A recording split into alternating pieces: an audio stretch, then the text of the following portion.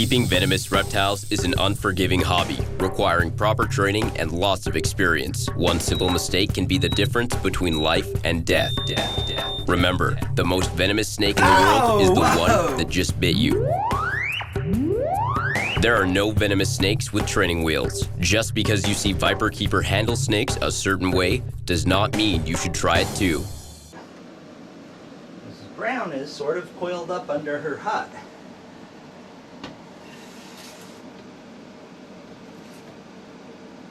Hello, Mrs. Brown. Now, Mrs. Brown just doesn't hook.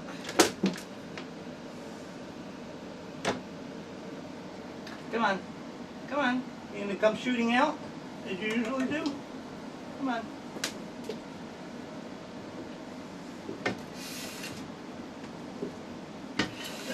That door isn't working. Come on, Mrs. Brown. Come on.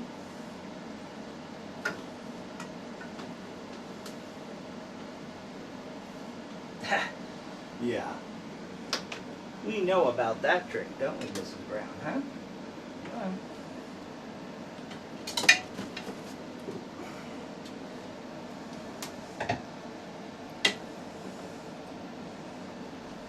Are we going over the top again? God bless the designers at Vision Cages for their convenient pathway to create problems for venomous keepers everywhere. Come on. Come on.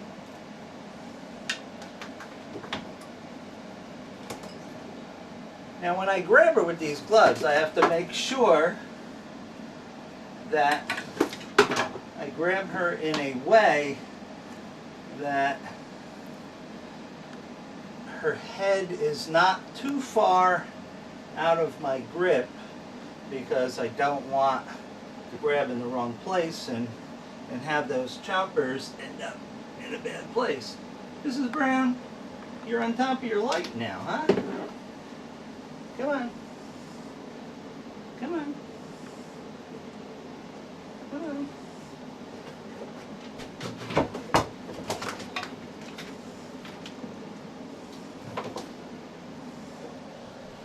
Okay, okay.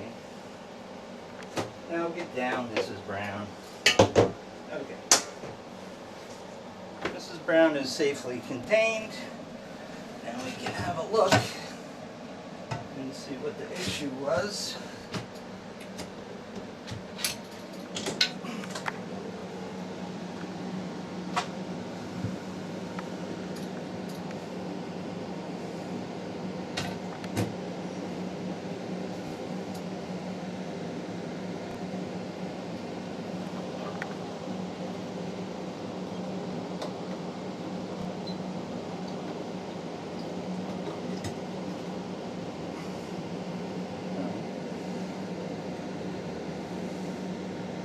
Probably just a bad bulb.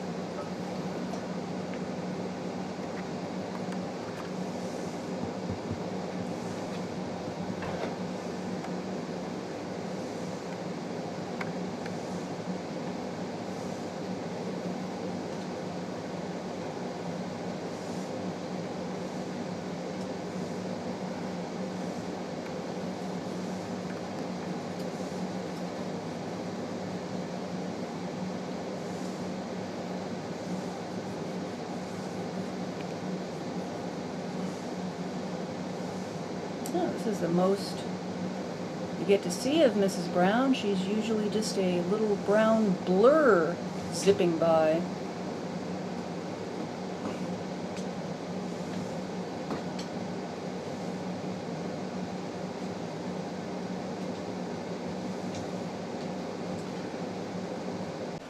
Hello there. Hello. Come on. Come on. Come on. I'm not going to restrain your head unless you start biting the snot out of me. How's that? Well, that's about as calm as I've ever seen Mrs. Brown. Hello. As long as you're civilized, I am quite civilized. I only respond with the minimum amount of force required. There you go, you're home. See, that wasn't so bad. And you have light. There you go.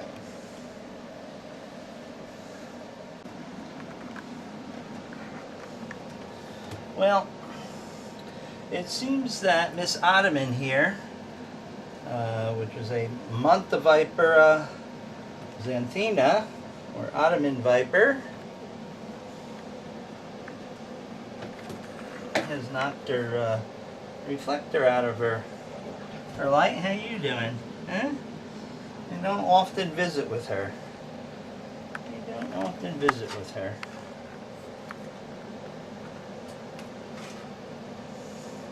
Oops.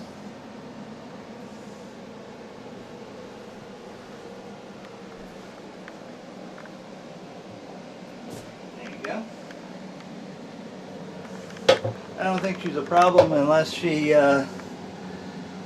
starts to come up the tub, and you can let me know about that. It should be a relatively quick repair.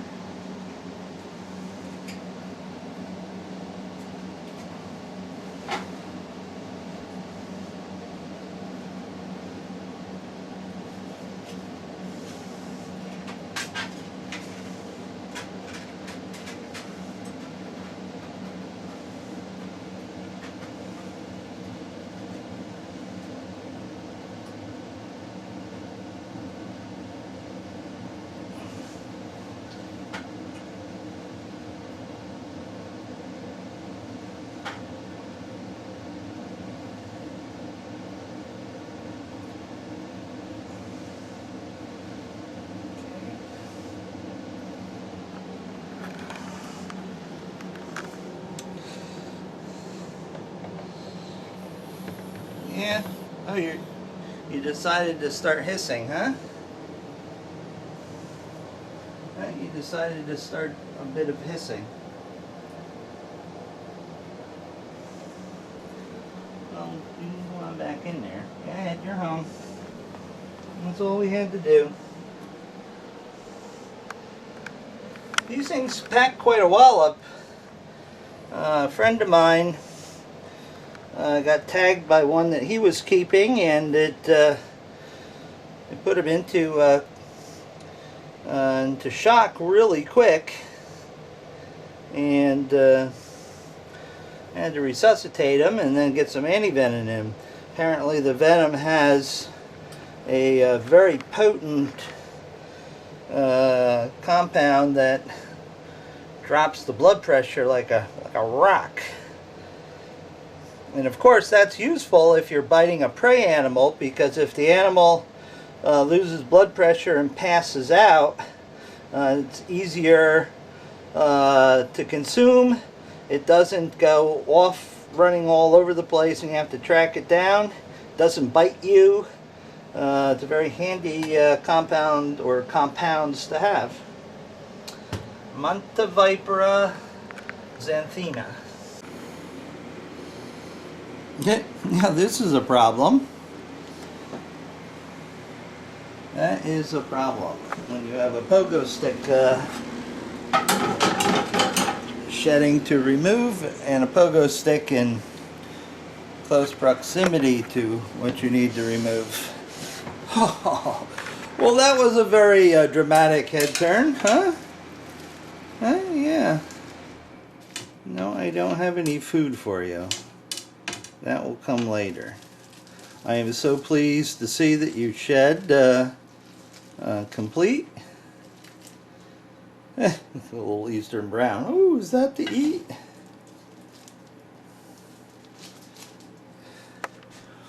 Pogo, you're laying on the shed. That makes it very difficult to remove. Hi. Yes, I'm happy. No scales, no eye caps stuck. Very nicely done, huh? Very nicely done. You're laying in your water dish, but I need to move you to get this shed. And one does not prod a Bothrops. That is a bad thing to do. But in this case, probably needs to be done.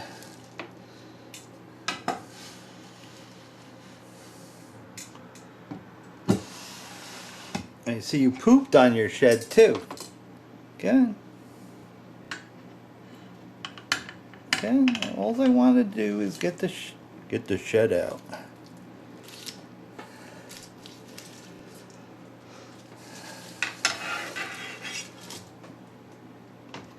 I know. Am I annoying you?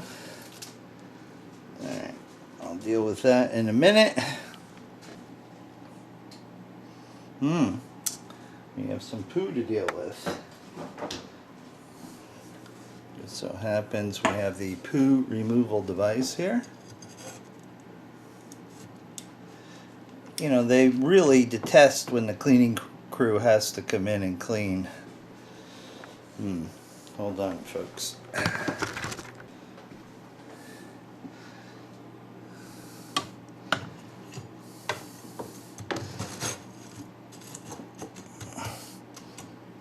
I know, I'm bothering you. Sorry.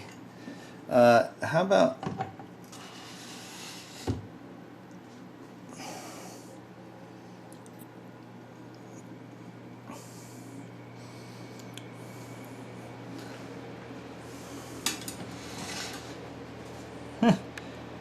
Like, I'll go to my my hut over here.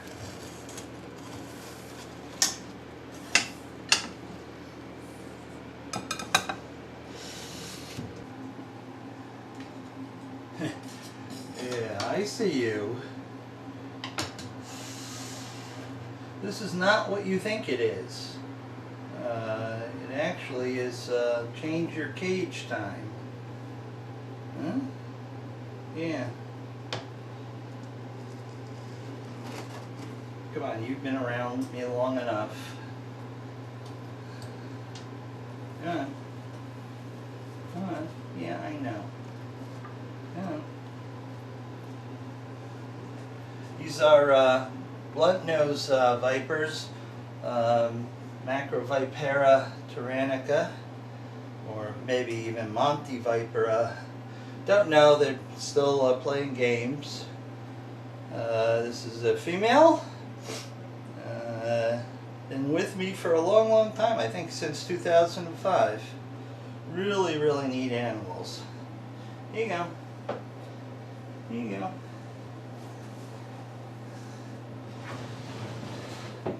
I used to keep them together. They used to be known as the synchronized eating team, but they had a tendency to bite the snot out of one another. I just didn't want that to occur because sooner or later one of them was going to hit a vital organ. Already blind in one eye, so we'll have to see.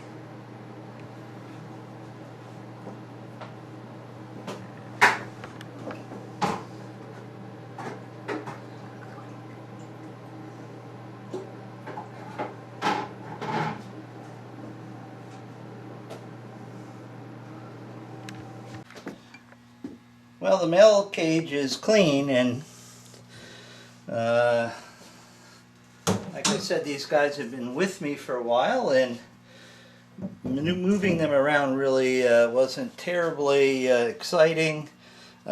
He did climb and extend his body and get it up here on the lip and looked out for a while and then went tumbling down and decided that he would stay down. But you know, it was amazing. He was a straight arrow from the last 2 inches of his tail, 3 inches of his tail, all the way up to here, and then got about 6 inches on the lip. Amazingly strong, agile animals. You ready to go back in your cage, huh? Huh? Come on. Come on, bud. Huh? You're okay. You're okay. Okay, now on to the second female, which came in on the original group that came in 2005, but was one of the animals I sold off, and it boomeranged, and eventually I was asked if I would like to buy it back, and I said yes, of course. These are very cool snakes. This is also the one that I extracted venom from for Dr. Fry, and that's the only other time that she was out other than cage cleaning since I've had her, a couple years. So it's time to clean her cage, and I can already see in her posture and her look in her eyes and the dilated pupils that she thinks I'm going to extract from her again. I hope not to have any venom shed, my dear. I am just going to put you in the tub so I can work in your cage and get it all tidied up. So if you cooperate, that would be greatly appreciated. See? Good girl. There we go. There we go. And then you can taste the other two snakes of your kind that were in that tub recently. Now, like I said, I've had these for a long term. They're clean, no parasites or anything like that. So I can just move them from tub to tub and stuff with little concern of some sort of parasitic vector going from animal to animal. That white residue you see in there is disinfectant that dried out in the water. So let me close this up and clean her cage and get her back in there. Time for her to go back.